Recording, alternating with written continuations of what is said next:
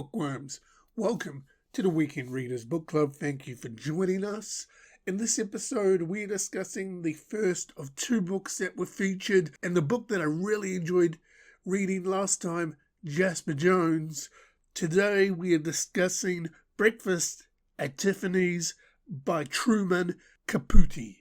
Again, may have mispronounced that surname, but Truman Capote, Breakfast at Tiffany's, that's what we're discussing today. So first off, I want to start off by going, in the last episode, I said that I may have actually seen the Breakfast at Tiffany's movie. Yeah, I was getting confused. It's not Breakfast at Tiffany's that I saw. It was Pretty Woman, where she's in the bathtub and she gets a pearl necklace and he's like, whack, with the cover. And she's like, oh, because she's a street worker. She's like, it's so funny. But yeah, no, it wasn't Breakfast at Tiffany's, so I haven't read the book. Well, I hadn't read the book until now, and I hadn't seen the movie. I don't know if there is a movie. I'm guessing there is. It probably is.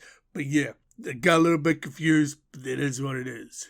So I've read Breakfast at Tiffany's, and I know usually I go in to describe what the book is about, but I think I'm just going to go straight into my review of it because I'll touch base on it as we go along. So I've read Breakfast at Tiffany's by Truman Capote, and this is my review of the book itself. So I'm going to start off by saying I don't think classic literature gels with me for whatever reason. This is like we've done this book, we did The Wizard of Oz. We also did something else as well, which was a classic story. And yeah, I don't think classic literature actually gels well in relation to what I like reading. Learn the hard way, you got to power through a book.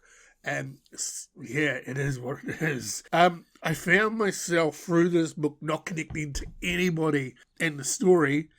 And I don't actually know if the main character was a he or a she. It's really confusing. So this story is a retelling of a period in life where our main character, unnamed, unsure if male or female, they live in an apartment building and they meet a lady who lives in the same apartment building, but this lady that she meets is a little bit loosey-goosey in her lifestyle choices, if you get my drift. Now, they spark a friendship, and it details a period of their friendship where their friendship goes up, their friendship goes down, and then somehow the main character and a bartender are reminiscing about this loosey-goosey girl who actually lived at the apartment because she disappeared, and they think she's in some far distant land with some underworld criminal billionaire or whatever. This story was just, I don't know, just bonkers, weird. I'm not going to say boring. It held my interest, but I didn't connect to anybody. It was just, it came across somebody just explaining to me what went on in their life, and I had no interest whatsoever in listening to it, but I just smiled and nodded. Overall, the story itself, as I said, I didn't connect to anybody in the story. There's only really four main characters. The main character who is unnamed. There is the loosey-goosey girl whose name I can't remember. There's a bartender whose bar they like to drink at. And there's I'd say the fourth, but the fourth is a string of characters that come along that are part of loosey-goosey girl's life. And they're have good intentions and also bad intentions. The most interesting thing in this story was Loosey-Goosey Girl was paid to go to the to jail, talk to a criminal underworld boss, to get codes from him and deliver back to the lawyer, and she'd get paid $100 for that.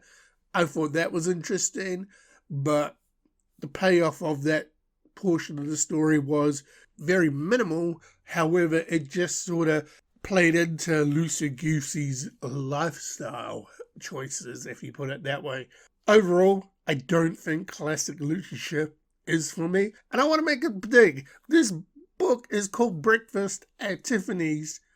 It's about They mention Tiffany's in the book. It's the Tiffany's diamond store, right?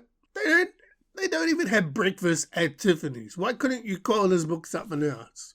Seriously. They don't have breakfast at the diamond store, so I was really confused about the title. But, it's classic literature. I'm probably not the right person to ask and explain to you why it was called that or the meaning behind it. As I said, I got through it. Did I enjoy getting through it? No, not really. Wasn't a chore to get through? Yeah, a little bit. But I did power through it. It's a small novel.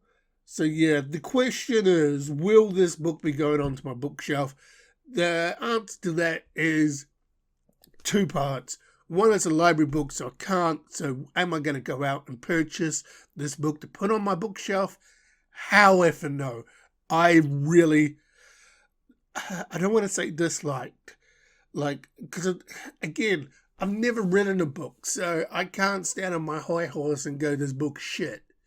But I can go, I don't gel with this type of literature, so it's not in my wheelhouse. I wouldn't read it. So in that sense, it wouldn't be going onto my bookshelf, because when I did read it, it didn't bring me any joy whatsoever. I just felt disconnected through the whole story. So Bookworms, as it customs here on the Weekend Readers Book Club, as one book closes, another book has to open, and it is now time to find out what the next read for the Weekend Readers Book Club is. And Bookworms, we can confirm, as featured, the second book, as featured in Jasper Jones's novel that we read. We are reading Freddie and Zoe by J.D. Salinger. I believe this is the dude that wrote The Catcher in the Rye. Never read that. I understand that's a classic. Freddie and Zoe by J.D. Salinger, I believe, is a classic as well. I'm not too sure, but we are going to give this book a read, so you are the next read for the Weekend Readers Book Club. So Bookworms, that was my discussion and review of Breakfast at Tiffany's. A book that, as I said, I didn't enjoy. I got through it. It was mediocre, if that, at best. I didn't connect to anybody in the story. I found the story very mundane. It was just somebody explaining a period of their life to me, which I understand, as a pretense of, literature or novels anyway. But this, it just felt it fell very flat on me, where I'm just like, read it, cool, next. So Breakfast at Tiffany's by Truman Capote. You didn't do it for me, I'm sorry. So Bookworms, thank you for joining us in this episode. And until next time, happy reading.